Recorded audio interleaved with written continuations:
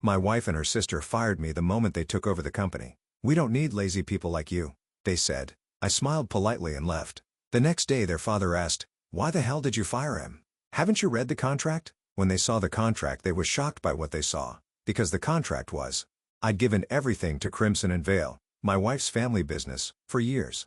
Long nights hunched over spreadsheets, endless meetings with suppliers, and every ounce of effort I could muster to make it grow. It wasn't just a job to me. It was a promise I'd made to Clarissa when we got married. A way to prove I belonged in her world. So when she and her sister Bianca called me into the boardroom that morning, I figured it was about the new expansion plans I'd been working on. I walked in with a stack of papers, ready to talk numbers, but the air felt wrong. Clarissa sat there, arms crossed, her face blank like she barely knew me. Bianca leaned back in her chair, smirking like she just won something. "Julian," Bianca started, her voice sharp and cold. "We're letting you go. We don't need lazy people dragging us down." Lazy? The word hit me like a slap. I'd been up until 2 a.m. the night before fixing a deal they'd almost botched. I glanced at Clarissa, waiting for her to say something. Anything. To defend me. She didn't. She just stared at the table, her fingers tapping lightly, like this was nothing to her. My chest tightened, but I didn't argue. I didn't yell. I forced a polite smile, the kind I'd used 1,000 times to smooth things over, nodded once, and said, "All right, good luck." Then I turned and walked out, my footsteps echoing in the silence they left behind. The rest of the day blurred past me. I drove home in a daze, the steering wheel slick under my palms from the sweat I didn't realize was there. Our house, hers, really, with its marble floors and high ceilings, felt emptier than usual when I stepped inside. I dropped my keys on the counter and sank into the couch, staring at the ceiling. How could she do this? After 8 years of marriage, after all I'd poured into her family's company, she let Bianca fire me like I was some random hire off the street. My phone buzzed in my pocket, pulling me out of the spiral. It was a text from Marco, the accountant who'd been with me through every late-night budget crunch. "Heard what happened," it read. "I don't think they read your contract." I frowned, rereading the words. My contract. I hadn't thought about it since I signed it years ago, back when Raphael, Clarissa's dad, was still running things. What did Marco mean? I typed back a quick, "What's in it?" but he didn't reply right away. I leaned back, the gears in my head starting to turn. If there was something in there, something they'd missed, maybe this wasn't over yet. I got up and poured myself a glass of water, trying to shake the sting of Bianca's words. Lazy. I'd rebuilt their supply chain from scratch when it collapsed 3 years ago. I'd landed the Peterson account, the one that kept us afloat during that rough patch. And Clarissa, she knew all of it. She'd seen me stumble home exhausted, kissed me goodnight when I fell asleep at the kitchen table with my laptop still open. Yet today, she didn't even look at me. I took a sip, the cold water doing nothing to ease the heat building in my chest. Was this her idea? Did she want me gone too? Or was she just too weak to stand up to Bianca?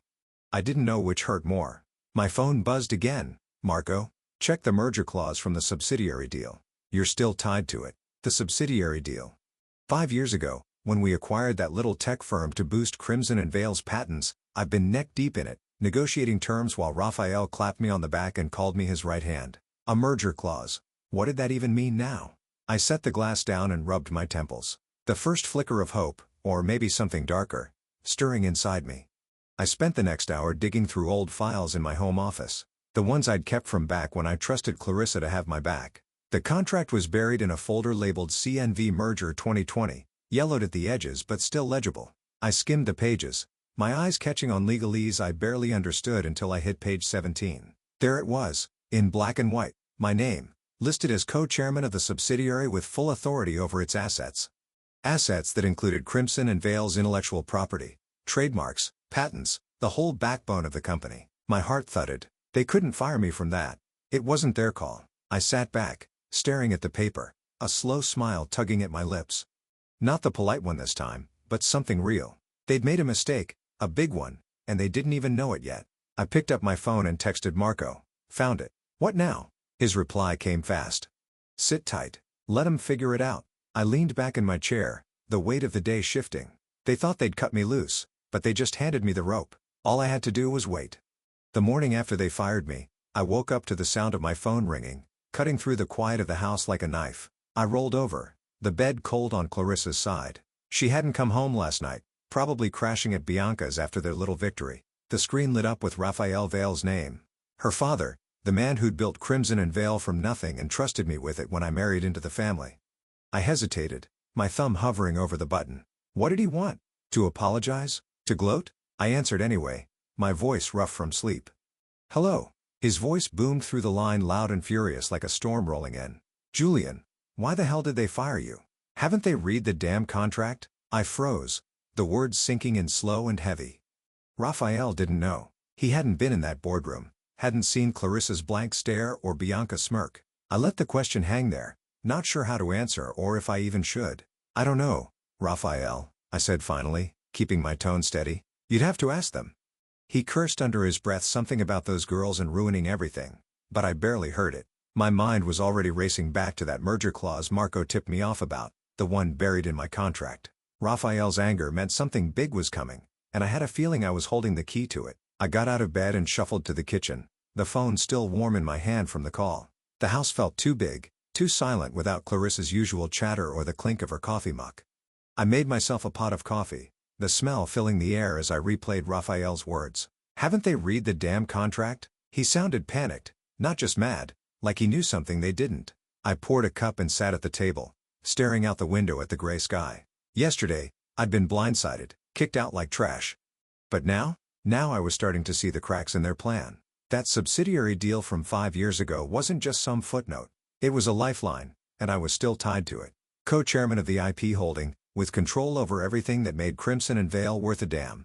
I took a sip, the bitterness matching the taste in my mouth from how they treated me. If Raphael was this worked up, it meant Clarissa and Bianca had no idea what they'd stepped into, and I wasn't about to tell them. My phone buzzed again, a text from Marco this time. Raphael just called me too.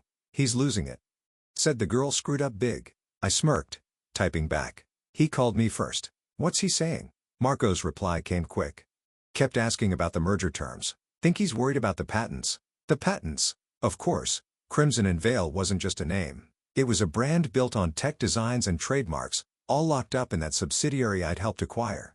Without my signature, they couldn't license anything, couldn't move forward on new deals. I set the phone down and leaned back, the coffee warming my hands. Yesterday, I'd felt like a fool walking out of that boardroom with my tail between my legs. But today, I was starting to feel like the one in control. Raphael's call wasn't just a rant. It was a warning, one Clarissa and Bianca hadn't heard yet. I wondered how long it'd take them to figure it out. How long before they came crawling back. I spent the rest of the morning pacing the house, my mind spinning with what-ifs. What if they tried to fight it? What if they called their fancy lawyers? I didn't know much about legal stuff, but I knew enough to trust Marco and Raphael. If he was this mad, it meant the contract was ironclad. I stopped by the window again, watching a delivery truck rumble down the street. My whole life had been about keeping things steady, fixing problems at work, smoothing things over with Clarissa when she got stressed, even biting my tongue when Bianca snapped at me. But steady didn't matter anymore. They pushed me out, and now they were about to find out what that cost them. My phone rang again. Raphael, round 2. I picked up. Ready this time. Julian, he said, quieter now like he'd worn himself out. I'm sorry about this. I didn't know they'd pull something so stupid. I nodded even though he couldn't see me. It's done, I said. But what's in that contract, Raphael? What's got you so riled up? He paused, then let out a dry laugh. You're still co-chair of the subsidiary. They can't run the company without you. I didn't say anything. Just let that sink in. He was right, and they didn't even know it yet. I was still reeling from Raphael's call when the reality of it all started to settle in, heavy and real, like a weight I could feel in my bones. Clarissa and Bianca had fired me without a second thought, but now they were about to find out what that really meant. It was late afternoon when Marco texted me again. They're in a meeting with the lawyers. Word is, they just read the contract. I could picture it. Clarissa sitting stiff at the head of the table, Bianca pacing like a caged animal, both of them staring at those pages like they'd turned to poison. I didn't have to be there to know what they'd found. 5 years ago, when we bought the tech subsidiary to beef up Crimson and Veil's portfolio, I'd been named co-chairman of it. It wasn't a big deal back then, just a title Raphael threw in to keep things smooth during the merger. But now it was everything. That subsidiary owned all the intellectual property rights, the patents, the trademarks, the designs that kept the company alive. Without my sign-off, they couldn't do a damn thing. I sat on the couch, the contract spread out on the coffee table in front of me, and let that sink in. They tried to cut me out, but they locked themselves in a cage instead. I leaned forward, running my finger over the words on page 17. Julian Rivera, appointed co-chairman with full authority over subsidiary assets. It was right there, plain as day, signed and stamped. I remembered that day vaguely, Raphael laughing over beers after the deal closed, saying I'd earned it. I hadn't thought much of it then. I was just happy to be part of the team. But Clarissa and Bianca? They'd never bothered to dig that deep. They'd taken over the company from Raphael last month, all smug and sure of themselves, and figured they could toss me aside like yesterday's news. I wondered what their faces looked like now. Pale, probably, with that pinched look Clarissa got when she was stressed and Bianca's mouth twisted tight with anger. They brought in some hotshot lawyer from New York, Noelle, to help with the transition. I'd met her once, cold as ice, with a handshake that felt like a challenge. She'd be the one breaking the news. I bet her voice flat as she told them they were screwed. I got up and walked to the kitchen, needing to move to think. The house was still too quiet. Clarissa's absence like a ghost hanging around. I grabbed a beer from the fridge, popped it open, and took a long swig. What were they doing right now? Yelling at each other? Blaming Noelle? I could almost hear Bianca's voice, sharp and loud. How did we miss this? And Clarissa, quieter, trying to stay calm even though her hands would be shaking. They'd thought they were so smart, firing me in front of everyone like that, making it a show. But they didn't know the half of it. Without my approval, they couldn't renew licensing deals, couldn't push new products, couldn't even access the bank accounts tied to the subsidiaries' assets. It was all frozen, and I was the only one with the key. I took another sip, the cold bottle sweating in my hand, and felt a strange mix of anger and satisfaction bubbling up. They'd humiliated me, but now they were the ones stuck. I went back to the couch and picked up my phone, scrolling through old messages from Clarissa. Just last week, she texted me about dinner plans, all casual and sweet. Home by 7. Let's order pizza. Now she couldn't even look at me. I tossed the phone aside and stared at the contract again, my mind racing. What would they do next? Try to talk me into signing off? Threaten me? I didn't know Noelle well, but she struck me as the type to twist words into knots, looking for a loophole. Good luck with that. Raphael had made sure this thing was airtight. I leaned back, closing my eyes, and let myself imagine their panic. The board would hear about this soon, and the clients too. People would start asking questions, and Clarissa and Bianca wouldn't have answers. I wasn't sure what I'd do yet.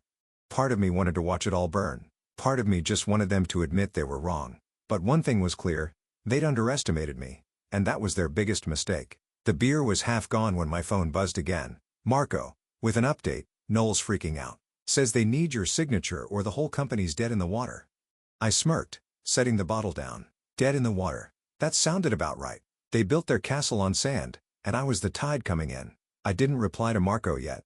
I needed to think this through, figure out my next move. But for now, I just sat there, the contract in my lap, and let the quiet of the house wrap around me. They'd find out soon enough what it meant across me. And when they did, I'd be ready. I decided to keep my mouth shut after that complete silence no matter how much they tried to pull me back in.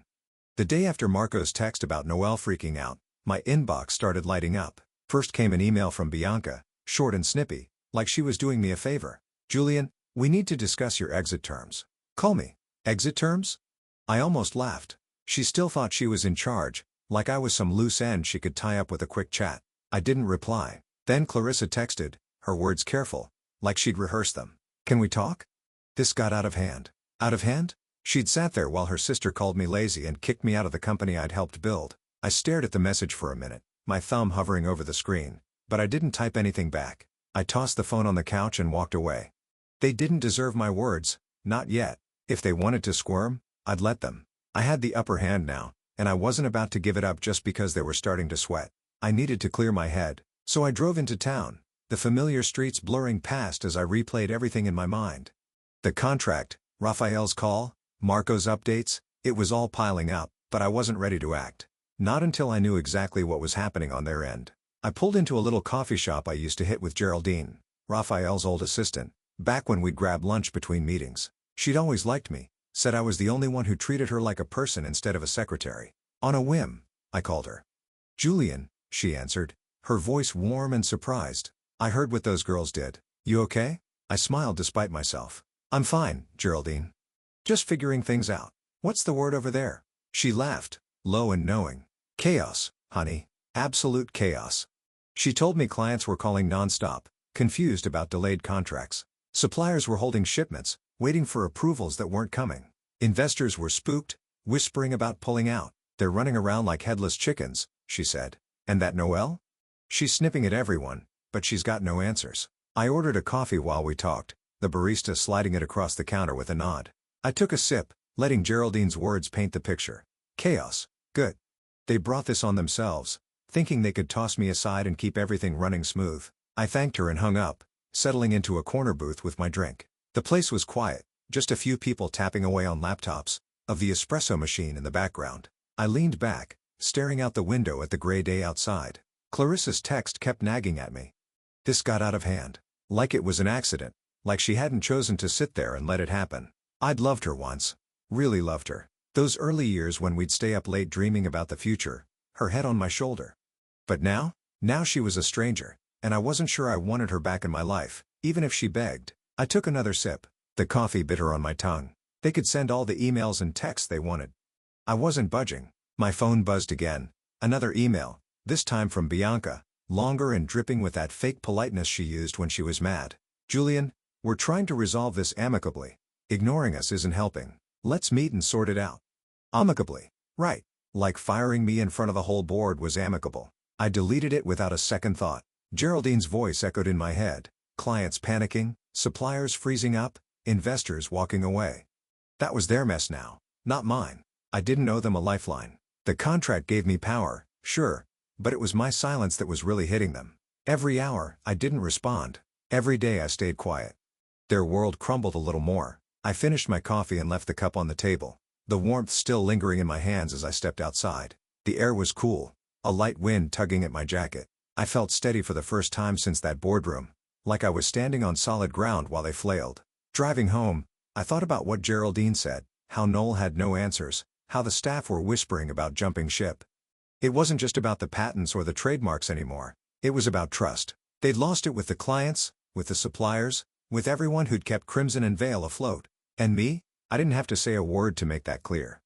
I pulled into the driveway, the house looming dark and empty, and sat in the car for a minute, engine off. My phone stayed quiet now.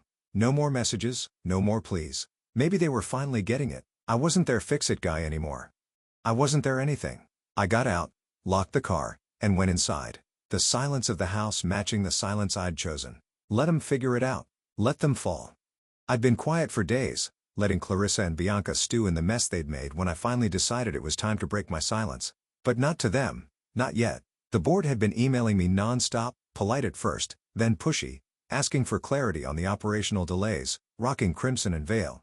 I could have ignored them too, let the whole thing collapse under its own weight, but something in me wanted them to know exactly what was happening and why. So I sat down at my desk, the contract spread out like a map, and typed up a reply. Not a rant, not a plea, just the facts, cold and clear, from me, Julian Rivera, co-chairman of the subsidiary they'd forgotten about. I laid it out, the merger clause from 5 years ago, my legal authority over the intellectual property, and how, without my signature, nothing could move. Not the trademarks, not the patents, not a single deal.